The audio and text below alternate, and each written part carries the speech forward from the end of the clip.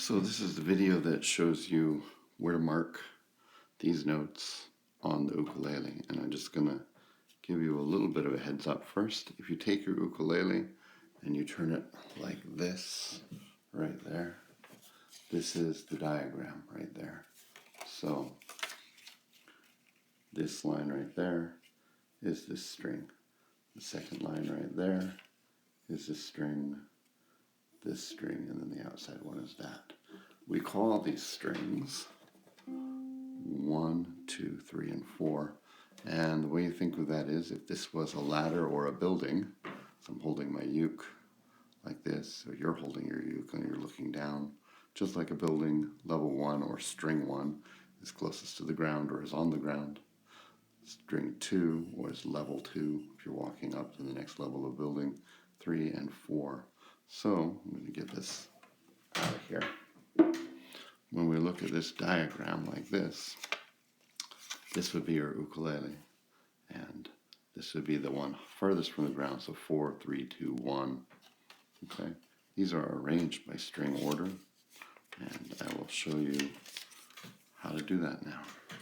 So the fourth string, or the one closest to your nose, has higher notes than everything but the first string, which is an interesting thing about the ukulele. It's called Wenatchee tuning.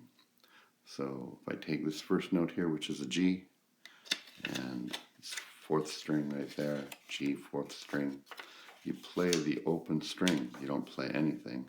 So I'm just going to put a little dot right there behind the strings to tell me play it without putting my fingers down anywhere. This top row of notes here are all what we call open strings. So if I go to my second string right here, this middle C that we did before would be played on the open third string. Remember, 1, 2, 3, 4, closest to the ground, and then letters or steps up. And this E right here would be played open on your second string right there. And then this A right here, while it looks the same as this fourth string A here, and it's played in the same place on the piano and sounds the same, it's played on your open first string right there. Ukulele can seem a little confusing because you get to play more than one note in different places, but it's actually a real convenience. It's quite cool. All right, so now those are what we call our open strings. We didn't have to put our fingers down. Let's go back and just do this. So this A right here on fourth string, remember this is string 1, string 2, string 3, and string 4. It's played by putting your finger down, not in the first fret area, but in the second fret area, like that. And this B right here is made by playing your finger on the fourth fret area, right there. In other words, as we put our finger down, the string gets shorter and the notes get higher. Okay, so those are my notes for my fourth string, which is the one closest to your nose. There's only two that we're interested right now on the third string, the middle C, which is the open note, and then this D right here, and that's played on the third string in the second fret right there. Put a dot there to remind you where to put your finger. Okay, moving over to this string right here. Remember the E was open on the second string. Now, curiously, F, if we look on the keyboard, so here's C, D, E. F is only one adjacent piano key. There's no black key in between.